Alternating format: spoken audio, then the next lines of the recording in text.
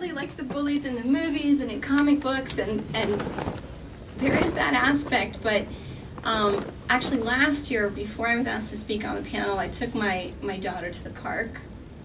It's a park across the street where all the kids play near my house, and she was playing with a girl, and they had fun, and they exchanged toys or hair clips or something. And that girl had another friend who clearly didn't like my daughter befriending her best friend. And it was amazing. She pulled out a picnic blanket. She invited all the kids over, but she insisted that my daughter couldn't step on the picnic blanket. And she was like, "You don't belong in this square." And it was happening in a public park with lots of people. All the other parents were there. Nobody did anything. These kids are 5. And I was like, wow, I'm really nervous to intervene. This little girl is like 7 or something. She was like a little older than everybody else. And I was like, it's amazing that a 7-year-old girl can terrify me. Like, what is she doing to the other kids on that picnic blanket?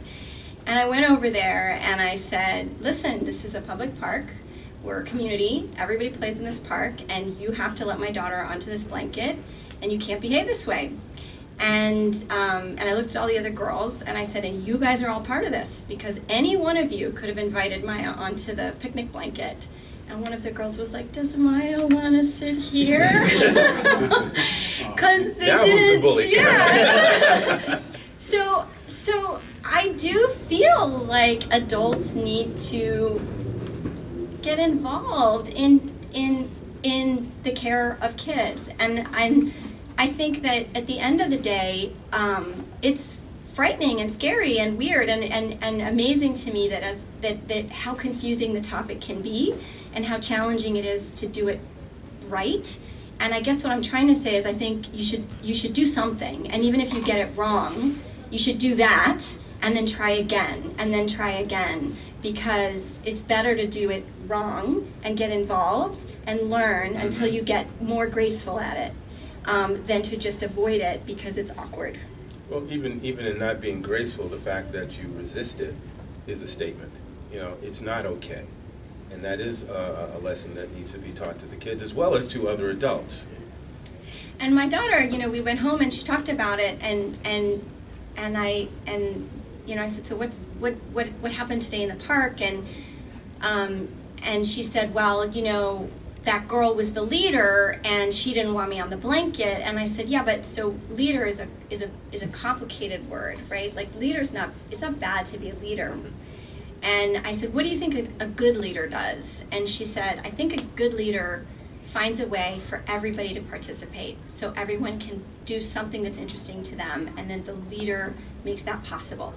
And she was 4, you know, and so I think these conversations about what power is and how to exercise competence, leadership, and inclusivity is something we can start talking with our kids really, really early. They get it.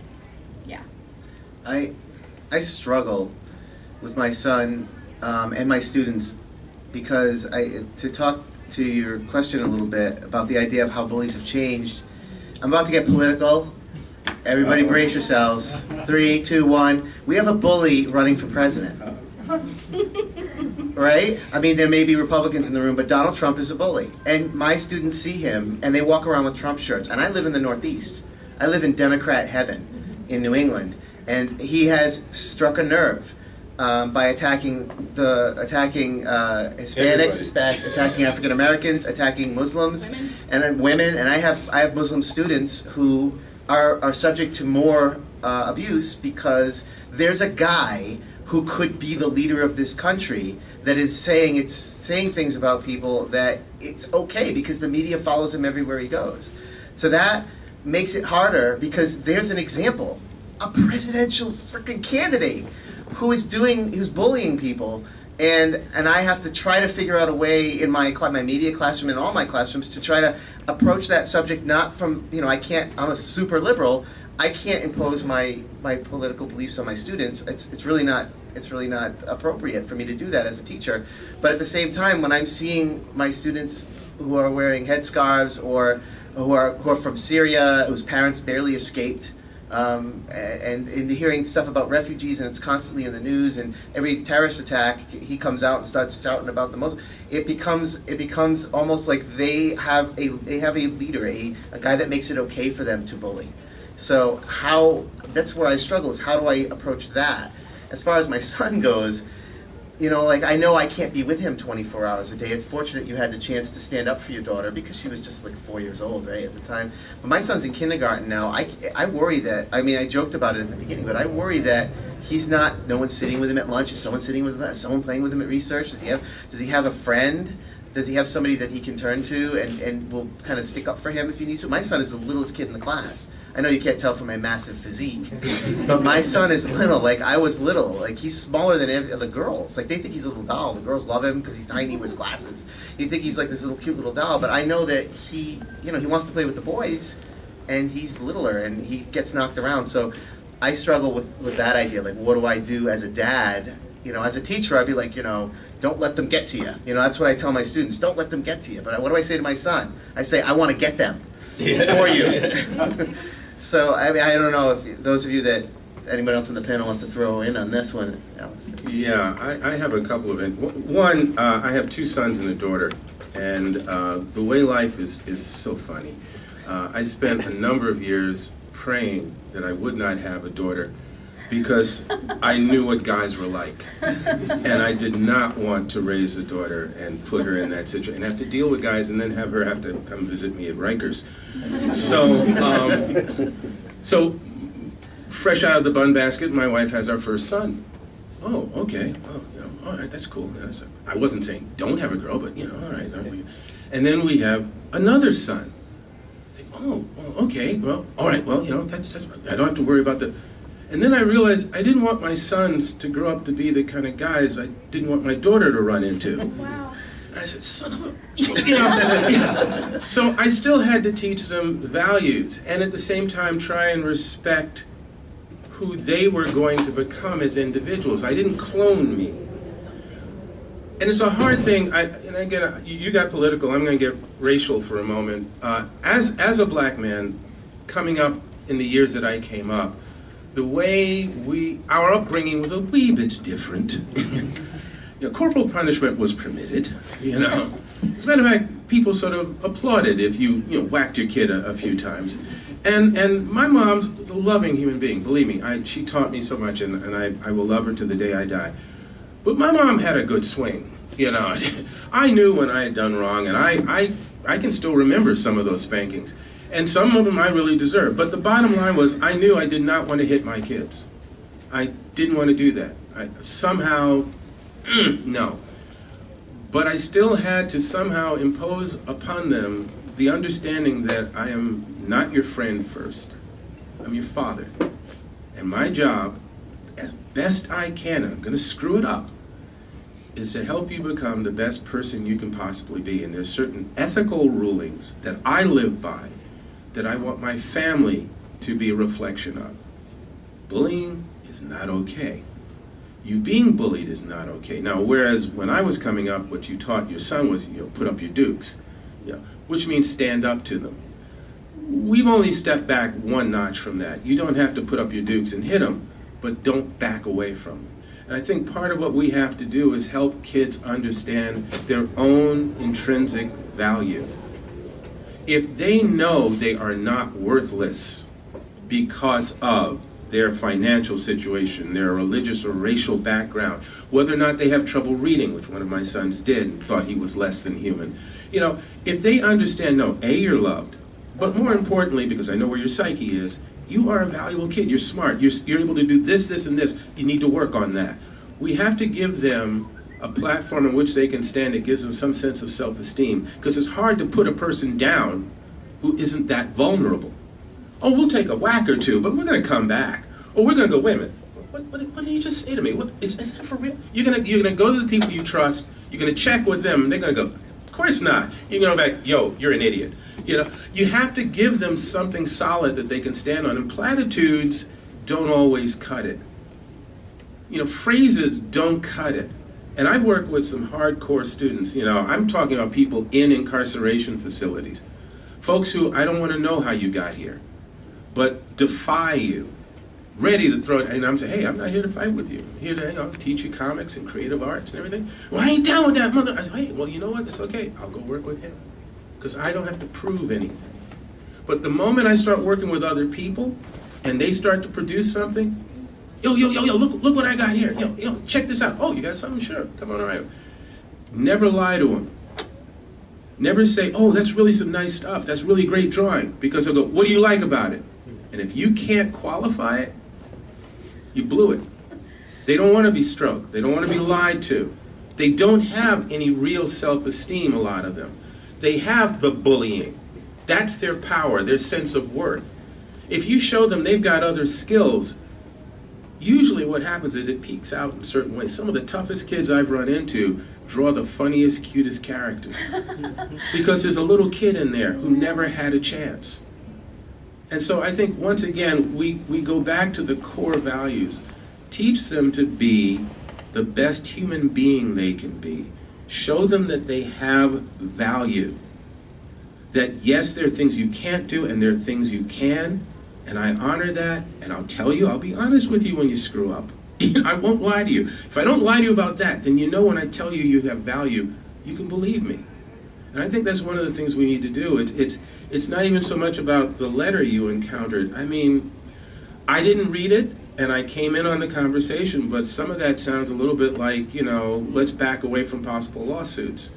That's what that reads to me. I mean, ultimately, great. Don't do drugs, but we're going to take all of the programs out of your neighborhood that would give you something else to do. That doesn't work. Okay? Don't want you to get into crime? Let me give you some options. So what are the options they offer? You want me to face my problems? Okay, help me. How?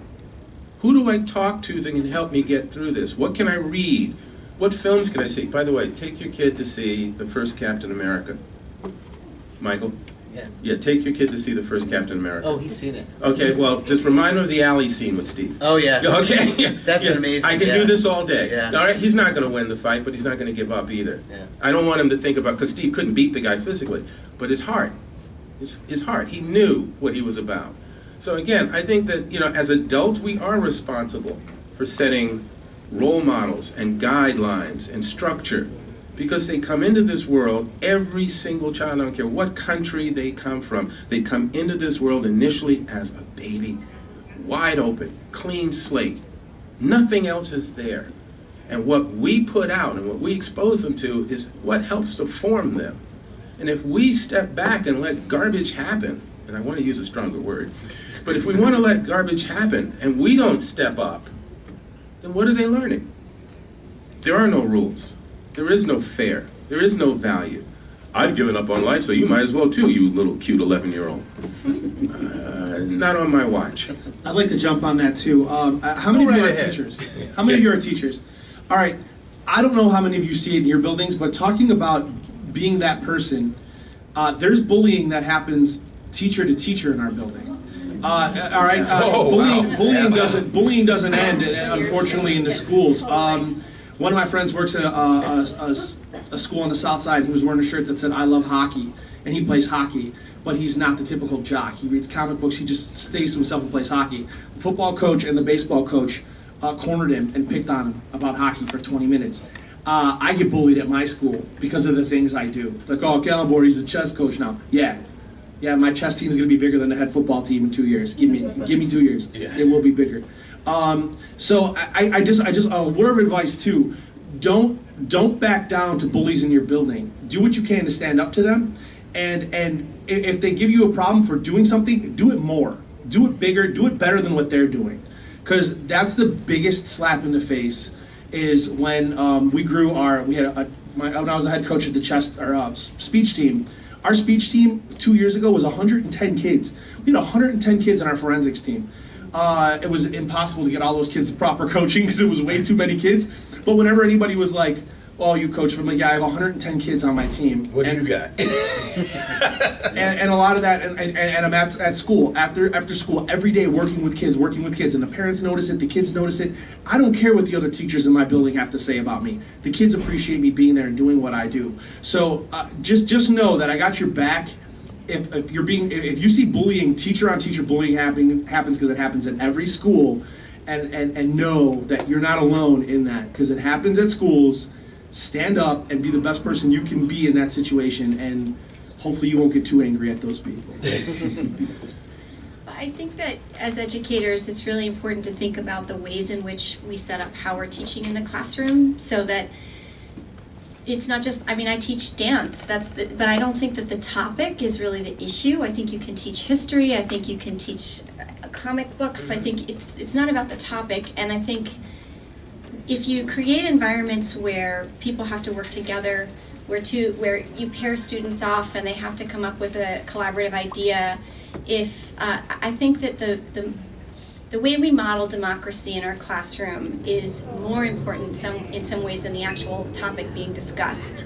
And one of the things that I talk to my students about, and the importance of books and art, is that it's a very special way to encourage plurality of thought. Because unlike other topics where there is a right answer or a wrong answer, if we all talk about how an art book affected us, I'm going to pour my life into that book, and my life and that artwork are going to meet, and some third space is going to happen that's unique to me and that artwork.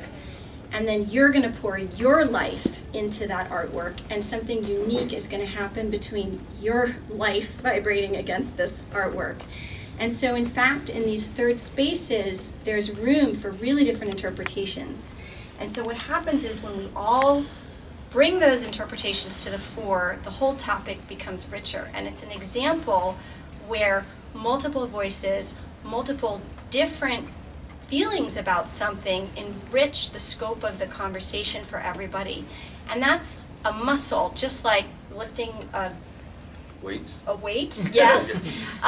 It's a muscle. It's something that has to be practiced and flexed, and you have to get better and better at it. This knee-jerk reaction, that my gut reaction to this is more important than your gut reaction to this, you have to practice daily that that's not true, and being interested in somebody else's interpretation and opinion.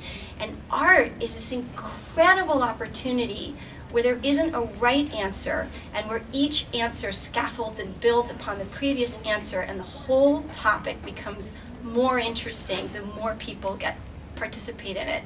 And so I think that, you know, sometimes it's just super important to articulate the value of stories, the value of art, and as teachers, how, not just what we teach, but how we teach, and the underpinnings of where that's taking us in terms of how we dialogue with one another.